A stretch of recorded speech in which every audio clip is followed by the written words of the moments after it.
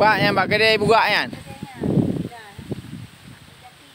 Bak kedai buka baru ah.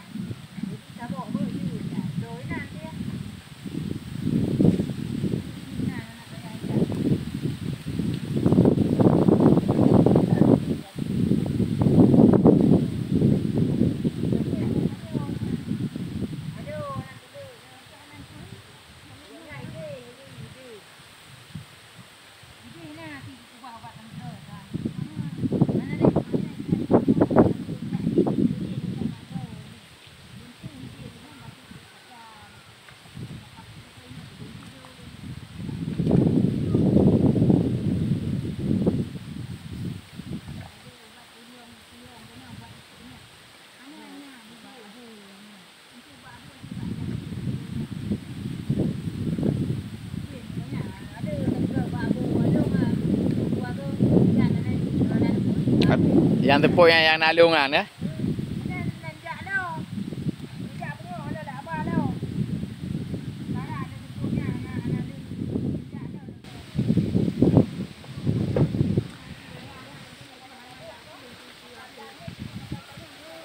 Black. Begitu ya teman-teman. Jadi proses mempor teman-teman. Jadi itu namanya kalau di Aceh di sini namanya meumpor teman-teman. Ya. Ambil rumput di dalam apa? Di dalam padi itu meumpor namanya. Ya guys ya. Biar bersih, biar anakannya lebih banyak lagi. Jadi begitu caranya teman-teman. Panas guys, panas sekali.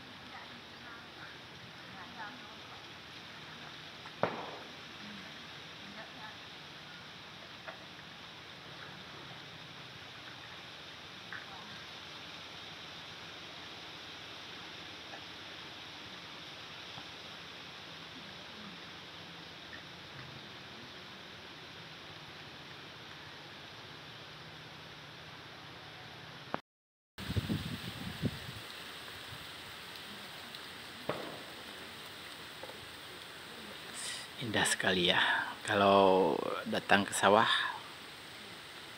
rasanya nggak ingin pulang lah. Indah sekali teman-teman. Karena padinya sudah mulai hijau, sudah mulai subur ya.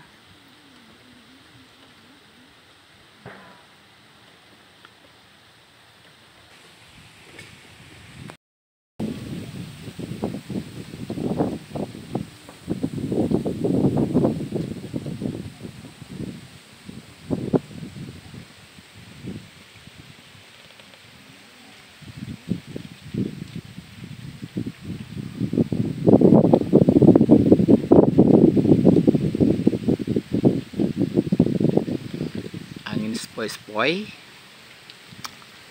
rasanya adem ya, walaupun agak sedikit panas ya mataharinya. Indah sekali teman-teman.